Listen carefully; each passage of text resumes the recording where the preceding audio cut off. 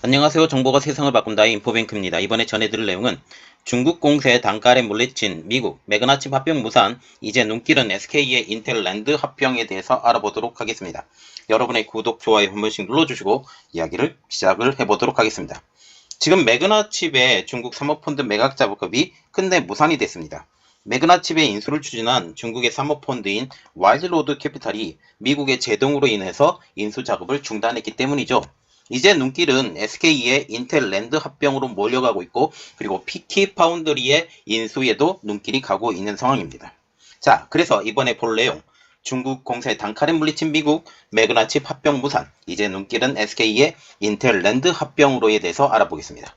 매그나칩은 13일 중국계 자본인 와일드로드 캐피탈에 대한 주식 매각 계약을 해지했다고 밝혔습니다. 산업통상자원부에 대한 매각 승인 심사 신청도 철회하기로 했죠. 와일드로드 캐피탈의 매그나칩 합병 무산은 미국의 외국인 투자위원회 CFIUS가 이번 매각을 불허한 것이 결정타였습니다. 지난 3월 계약이 성사될 때만 해도 무산 가능성이 낮아 보였던 것은 사실이었죠. 매그나칩이 주력으로 삼은 올레드용 DDI의 설계 제조는 첨단 기술에 못 미치고 인수 주체도 펀드인 만큼 미중 간 기술 패권 다툼과 거리가 멀어 보였기 때문입니다. 그러나 이러한 것들이 중국의 계략이라는 거죠. 이전에 BOE가 그 하이디스를 인수할 때도 BOE가 직접 나선 것이 아니라 그때 당시에도 그 펀드 회사가 인수를 했고 그것을 그 뒤에 조정을 했던 것이 BOE인 것으로 알려지고 있죠. 그래서 중국에서도 정부 차원에서 매각을 반대하자는 분위기도 일기도 했습니다. 그러나 미국 정부의 반대 기류가 점차 강해졌고 결국 국가 안보의 위험성을 이유로 M&A가 결렬된 것입니다. 이번 결렬로 인해서 이미 진행 중이거나 앞으로 계획할 M&A가 비슷한 이유로 국가별 심사 관문을 통과하지 못할 가능성이 더 커졌다라는 분위기죠. 중국과 같은 경우는 시도 때도 없이 M&A를 무산을 시키기 때문에 꼭 이 말이 맞다라는 것은 아니지만 분위기가 더 험악해진 것은 사실입니다. 당장 인텔의 낸드 플래시 사업 인수를 위해서 중국 당국과 심사를 받아야 하는 SK 하이닉스가 3년 하이닉스나 3년 내 M&A를 선언한 삼성전자도 매그나칩 반도체의 정처를 밟게 될 가능성을 배제할 수 없게 된 상황이죠. 업계 관계자는 이번 결렬 과정에 심도 있게 점검하고 있다라고 하면서 핵심 기술을 보유한 업체나 미중과 관련된 M&A에 가시밭길이 애고된 셈이라고 우려를 나타내고 있습니다. 매그나칩은 2003년 하이닉스, 현재 SK 하이닉스가 시스템 반도체 부분을 떼어내서 미국 시티 벤처 캐피탈을 매각하면서 설립된 회사로 충북 청주에 사업장을 두고 있었고 중간에 지금 파운드리 사업을 떼어내서 키파운드리를 분사를 한 상황까지 있습니다. 매그나칩 중국 자본 매각 무산은 미중 갈등이 반도체 분야에 심하게 작용하고 있음을 보여주는 단적인 예라고 지금 보여주고 있죠. 미국과 같은 경우는 TSMC도 지금 좌지우지하고 있죠. 그러면서 TSMC가 중국의 영향력이 없는 미국으로의 그 찰싹 붙을 수 있게 지금 계속적으로 압력을 가하고 있는 상황입니다.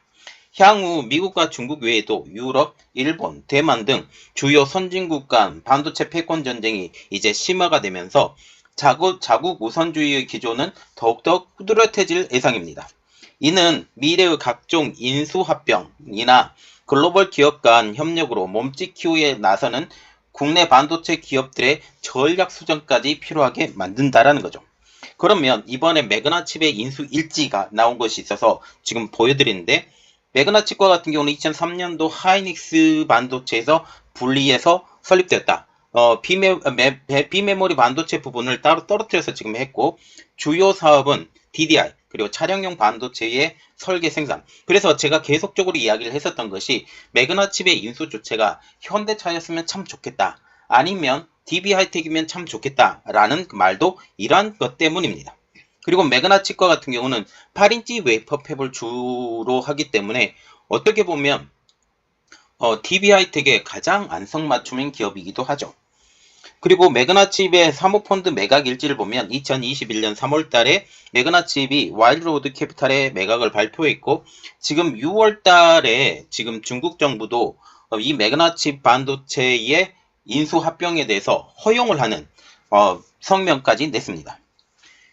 지금 매그나칩은 지난 3월달에 중국계 사모펀드인 와일드로드 캐피탈의 회사 주식 14억 달러, 약 1조 6,553억 원어치를 사들인다고 밝히고 있죠. 와일드로드 캐피탈이 중국계 사모펀드라는 소식에 업계에서는 중국 주력인 회사 주력인 올레드 칩 기술과 올레드 패널 영업 비밀이 반도체 굴기를 노리는 중국의 소나기에 넘어가는 것이 아니냐라는 분위기가 많았었죠. 하지만 올 5월 김영준 매그나칩 대표는 여러 매체와의 인터뷰에서 이 펀드는 순수 재무회사라고 강조하였지만 실상은 달랐다는 거죠. 중국이 매그나칩 인수권에 대해서 바로 인허를 했기 때문입니다. 이에 미국이 나서서 매그나칩 인수를 견제하고 나선 것입니다. 미국 외국인 투자심의위원회 CFIUS는 올 8월 매그나칩을 미국의 국가 안보에 대한 리스크를 확인했다라는 의사를 전달했죠.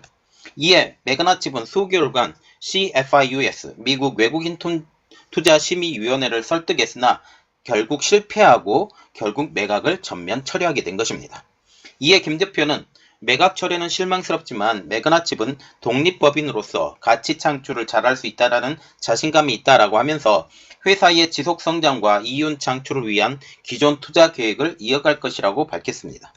이제 관심은 다음 인수권인 SK 하이닉스의 인텔 랜드 사업부 인수권으로 관심이 이동하고 있죠. 그러면 SK의 인텔 랜드 사업의 인수는 될 것이냐? 라는 측면을 우리가 바라봐야 되겠습니다. 이제 직면한 문제는 SK 하이닉스의 인텔 랜드 플래시 인수와 키파운드리의 인수입니다. 지금 이것을 하기 위해서 SK 하이닉스는 중국에 어마어마하게 기술도 같이 공유하고 반도체 생태계의 성장을 위해서 도움을 계속 주고 있는 상황이에요. 특히 SK 하이닉스의 인텔 랜드 사업부의 인수의 경우 중국 당국의 반독점 승인이 지금 1년 3개월째 표류하고 있는 상황이죠. 해외 기업이 M&A로 몸집을 불리는 것을 꺼리는 중국 당국의 언짢음이 기저에 깔린 것으로 풀이가 되고 있습니다. SK 하이닉스는 이번 인수로 낸드 업계 4위에서 2위로 뛰어올 수 있는 기회를 잡을 수 있지만 인수 시점이 지연될 수 있다라는 전망도 나오고 있어요.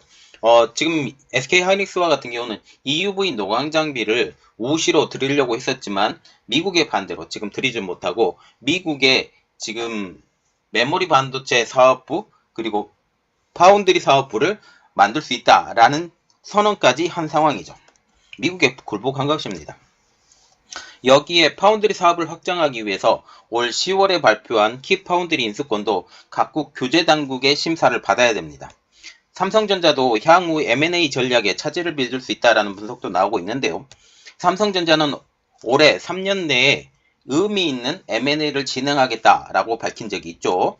네덜란드 반도체 설계 기업인 NXP 등 유력 칩 업체들이 인수 후보로 거론되고 있긴 하지만 각국 M&A의 승인이 상당히 까다로워져서 이것도 중요한 상황이 됩니다. 또 반도체 기업 외에도 대한항공의 아시아나 인수, 현대중공업그룹의 대우조선해양 인수 등 국내 각 산업계의 크고 작은 M&A권도 세계 주요국의 심사를 받고 있어서 예상치 못한 대외 리스크에 철저히 대비한다라는 목소리까지 나오고 있죠. 자, 지금 보시면 와일드로드 캐피탈이 매그나칩의 인수는 결국 포기가 됐습니다.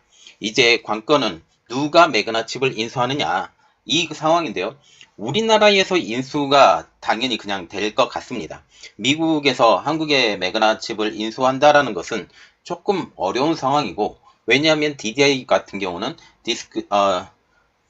디스플레이 드라이브 IC라고 지금 알려지고 있죠. 그래서 한국의 디스플레이 기술이 세계적이고 지금 BOE가 이 기술을 노리고 있다라는 말이 있었기 때문에 이번 인수권이 해결이 되지 않은 것입니다. 그러면 이제 삼성과 LG에 관련된 기업들, 이 기업들이 이제 인수를 나서야 되고 특별히 그 매그나칩이 중요했던 이유는 삼성의 DDI를 공급했던 회사라는 거죠.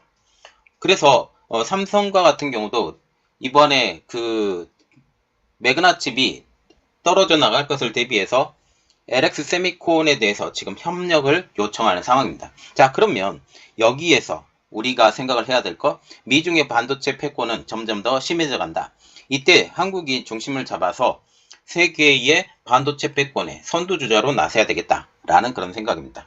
이번 내용은 여기까지 하겠고요. 저희 내용이 여러분들에게 도움이 됐다라고 생각을 하시면 구독, 좋아요, 알람 설정까지 부탁드리겠습니다. 감사합니다.